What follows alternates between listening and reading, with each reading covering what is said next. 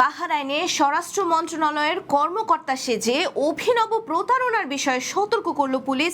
আমিরাতে পুলিশ ধরল 95 ভিক্ষুককে।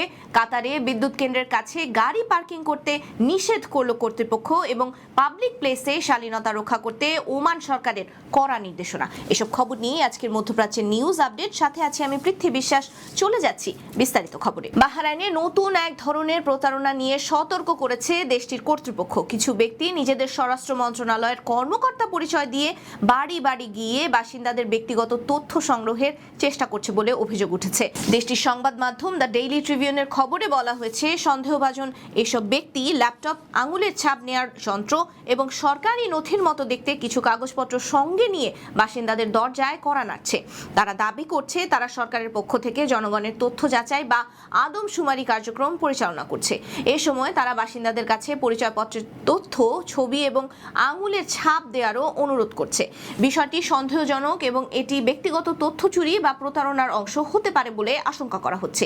এই ঘটনায় বাসিন্দাদের সতর্ক থাকার আহ্বান জানানো হয়েছে।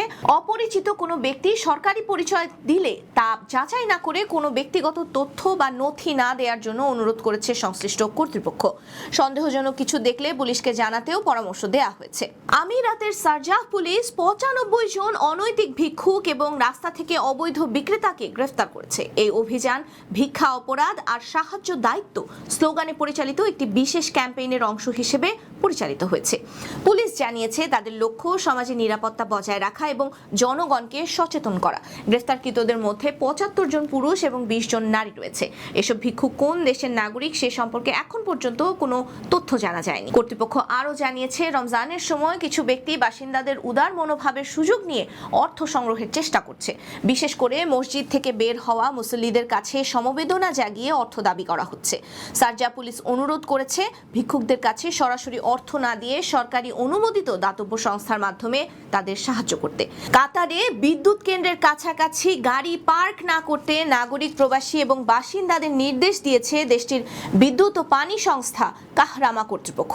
কাতার ট্রিবিউন এই খবর দিয়েছে। সংস্থাটি সতর্ক করে দিয়ে বলেছে, পানি ও বিদ্যুৎ স্টেশনের কাছে পার্কিং নিরাপত্তা ঝুঁকি তৈরি করতে পারে। তাছাড়া এসব স্টেশন থেকে নাগরিক এবং বাসিন্দাদের তাৎক্ষণিক সেবা দেওয়ার প্রয়োজন হয়, তখন গাড়ির পার্কিং এর কারণে যে কোনো প্রতিবন্ধকতায় সেবা প্রদানে দেরি হতে পারে। কাহরামা কর্তৃপক্ষ তাদের নির্দেশনায় আরও বলেছে, তাদের পরামর্শ ও নির্দেশনা সংস্থাটির নিরাপত্তা ও সুরক্ষার মান বৃদ্ধি এবং প্রয়োজনীয় পরিষেবাগুলির নিরবচ্ছিন্ন সরবরাহ নিশ্চিত করার অংশ।